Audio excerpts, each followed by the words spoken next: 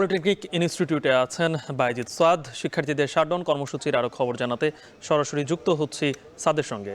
সাদ, আন্দোলনরত শিক্ষার্থীরা কি বলছেন, তাদের সঙ্গে কি কারোর কথা হয়েছে কিনা? এই শাটডাউন কর্মসূচি কি তাদের চূড়ান্ত কর্মসূচি?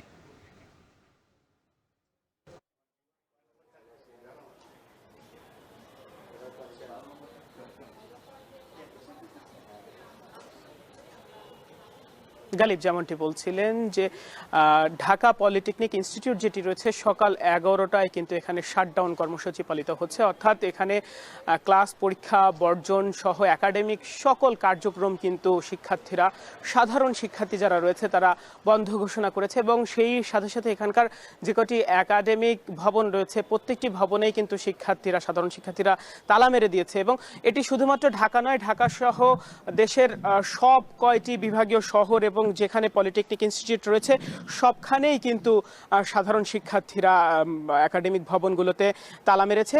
মূলত 6 দফা তাদের দাবি রয়েছে। সেই দাবিগুলোর মধ্যে রয়েছে জুনিয়র ইনস্ট্রাক্টর পদে ক্রাফট ইনস্ট্রাক্টরদের 30% পদোন্নতি কোটা বাতিল, সেই সঙ্গে সঙ্গে জুনিয়র ইনস্ট্রাক্টর পদে ক্রাফট ইনস্ট্রাক্টরদের পদোন্নতির যেই রায়টি হয়েছে সেই রায়টিও তারা বাতিল চেয়েছে এবং তাদের পদবি পরিবর্তন এবং মামলার সঙ্গে যারা সংশ্লিষ্ট ছিল সে সকল ব্যক্তিদের চাকরিচ্যুত করা এবং 21 সালে নিয়োগ পাওয়া ক্রাফট ইনস্ট্রাক্টরদের নিয়োগ বাতিল এবং বিতর্কিত নিয়োগ বিধি যেটি রয়েছে সেটি অবিলম্বে বাতিলের দাবিতে কিন্তু তারা গত 8 মাস ধরে তাদের দাবি দাওয়া দিয়ে যাচ্ছে এবং তারা আন্দোলন করে যাচ্ছে এবং সবশেষ 16 এপ্রিল থেকে আজ 29 এপ্রিল পর্যন্ত টানা 13 দিন কিন্তু তারা একেবারে লাগাতার কর্মসূচি দিয়ে রেখেছে। মূলত 16 এপ্রিল থেকে তারা মহাসড়ক অবরোধ করে এবং এর পরের দিন তারা রেলপথ ব্লক করার ঘোষণা দেয়। তবে এটি শিথিল হয় যখন শিক্ষা উপদেষ্টার সঙ্গে তাদের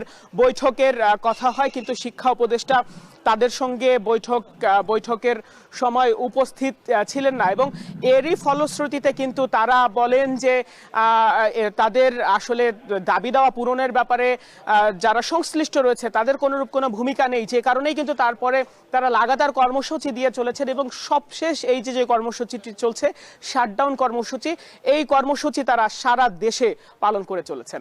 এই ছিল আমার কাছে সবশেষ। পলিটেকনিক শিক্ষার্থীরা শাটডাউন কর্মসূচি পালন করছে সে বিষয়ে সর্বশেষ জানাচ্ছিলেন ঢাকা পলিটেকনিক থেকে সহকর্মী বাইজিদ সাদ।